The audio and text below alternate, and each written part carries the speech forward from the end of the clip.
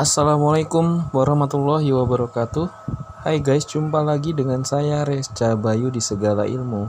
Oke, kali ini saya coba membagikan 10 soal atau pertanyaan yang sering ditanyakan mengenai seleksi P3K Guru tahun 2021 ya. Sepertinya Ditjen GTK Kemendikbud RI ini juga punya unek-unek yang sama dengan saya ya, pemikiran yang sama, bahwasannya memang terlalu banyak guru yang kurang literasi sehingga masih banyak guru yang menanyakan hal-hal yang sama. Jadi 10 pertanyaan ini sering kali ditanyakan di sebuah sosmed atau media-media sosial lainnya. Jadi 10 pertanyaan ini biasanya udah ditanyakan, sudah dijawab, sudah ketimpah lagi dengan pertanyaan yang lain. Nanti beberapa hari kemudian masih ada lagi menanyakan pertanyaan yang sama yang kemarin sudah ditanyakan gitu ya. Memang problem bangsa kita itu adalah literasi. Ya, mungkin video ini bisa membantu Anda untuk menjawab selama ini pertanyaan-pertanyaannya. Walaupun nanti malam, ini sekarang sudah tanggal 26, nanti malam pukul 23.59 akan ditutup link pendaftarannya. Oke, langsung saja kita cek untuk 10 pertanyaan yang sering ditanyakan mengenai seleksi P3K Guru 2021. Oke, lanjut. Yang pertama di sini pertanyaan yang sering ditanyakan adalah bagaimana mengetahui info lengkap tentang seleksi penerimaan P3K Guru. Nah, jawabannya ya mudah sekali ya. Di sini kalau pengen tahu info lengkapnya silahkan buka https guru-p3k.kemdikbud.go.id atau buka saja https sscasn.bkn.go.id. Nah, di sana ada helpdesk yang bisa jadi pusat atau sumber informasi, bertanya. Juga banyak kok kutipan-kutipan informasi-informasi supaya lebih jelas mengenai P3K ini. Pertanyaan kedua yang sering ditanyakan adalah apa syarat dan aturan dalam seleksi penerimaan P3K Guru. Nah, ini syarat ini sering ditanyakan, sering banget ditanyakan ya. Jadi untuk P3K Guru ini aturannya adalah harus memiliki akun SIM PKB. Akun SIM PKB apa itu ya silahkan googling lah ya. Ini untuk guru-guru udah paham harusnya ya punya SIM PKB. Kalau enggak berarti guru ilegal ini. Kemudian status guru non PNS dari seluruh jenjang. Jadi yang bisa mendaftar itu adalah guru yang belum PNS dari seluruh jenjang, baik TK, SD, SMP, SMA, SMK, SLB gitu. Kemudian menuntaskan materi pembelajaran yang dipilih. Nah, ini ada ini ya.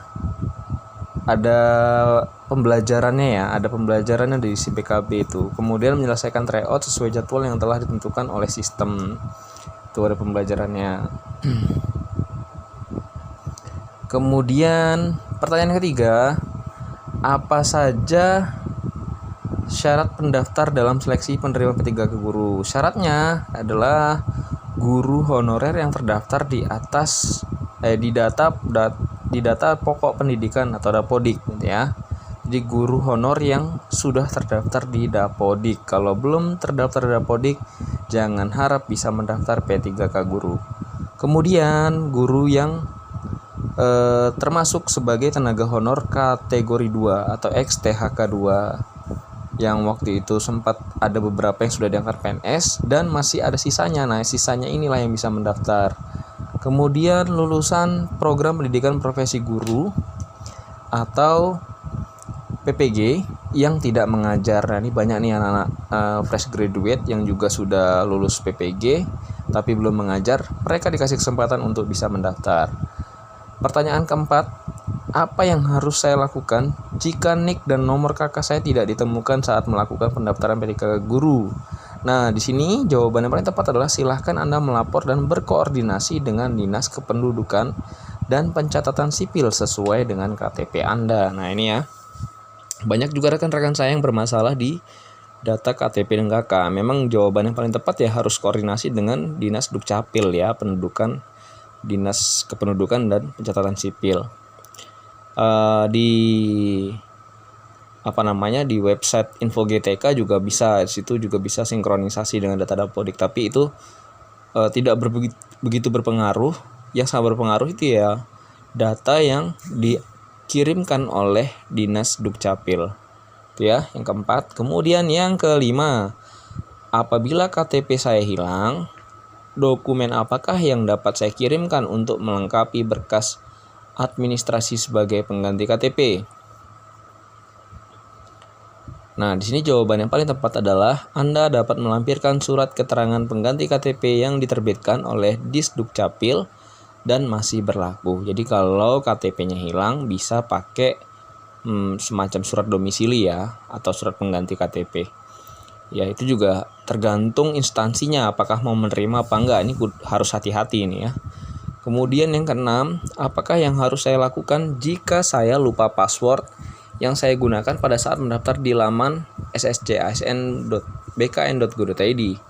Nah, silahkan Anda mengikuti petunjuk yang tertera pada menu layanan helpdesk di laman https ssjasn.bkn.go.id. Nah, di sini nanti barangkali akan direset akun Anda, tetapi harus mengirimkan sesuatu yang diminta oleh BKN.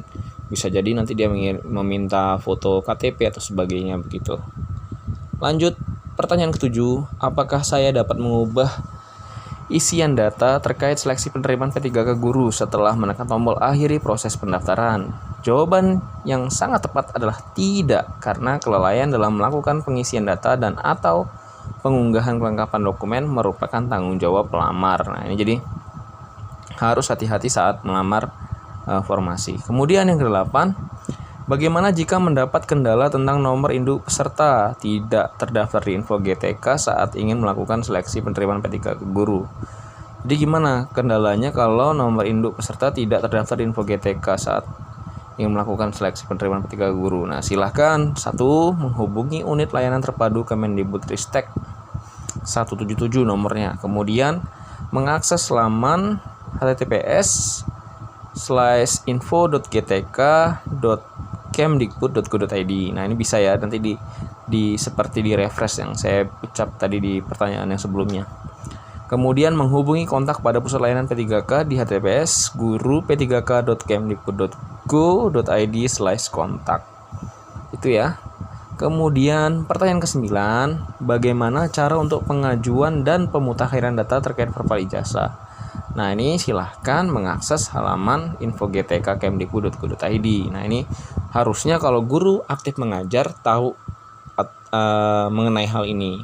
Kalau sampai nggak tahu, ada kemungkinan ya dia guru di daerah pedalaman yang kurang atau minim informasi, atau bisa jadi guru yang maaf ya, tanda kutip, guru selundupan demi bisa mendaftar di P3K. Ya, saya rasa kalau sudah guru murni ngelamar, sudah kerja lama jadi honor, akan sangat kenal dengan info GTK, sudah tidak asing lagi. Terutama guru-guru yang sudah sertifikasi ya. Ini sangat hal yang bukan yang bukan hal yang asing lagi gitu buat guru-guru yang sudah sertifik. Kemudian pertanyaan ke-10 yang sering ditanyakan adalah bagaimana jika nama peserta tidak terdaftar di Dapodik? Bagaimana jika nama peserta tidak terdaftar di Dapodik? Nah, silahkan mengakses laman https:/dapo.kemdikbud.go.id. Nah, ini ya. Pertanyaan-pertanyaan ini dirangkum oleh Ditjen GTK atas keresahan mungkin ya. Pihak Ditjen GTK keresahan mereka akan pertanyaan-pertanyaan yang sering muncul di helpdesk atau mungkin sumber pusat informasi mereka. Kenapa itu muncul? Karena biasanya pertanyaannya berulang-ulang, itu saja gitu ya. Memang guru-guru ya, bangsa kita ini sangat lemah dan rendah di kemampuan literasi gitu. Ya, tidak menutup kemungkinan saya juga masih lalai dalam literasi, kurang teliti, kurang jeli gitu ya. Memang kalau mau lebih jelas, semuanya ikuti di undang-undang yang mengadakan. Seperti P3K ini ada di Permenpan ya, nomor 28 kalau nggak salah, tahun 2021. Nah, di sana lengkap dari alur pendaftaran, syarat pendaftaran, jadwalnya, tesnya apa saja. Nah, sana lengkap sekali. Kalau kita baca dengan teliti, kita tidak perlu lagi bertanya ke sana ke sini karena di sana sudah cukup jelas. Oke ya, barangkali bisa bermanfaat. Terima kasih. Jangan lupa tekan tombol like, kemudian ikut komentar deh kalau bermanfaat atau tidak. Pokoknya butuh komentar yang terbaik dari kalian, dan jangan lupa subscribe. Bantu share juga boleh. Oke, terima kasih. Salam segala ilmu. Wassalamualaikum warahmatullahi wabarakatuh. See you. Bye-bye.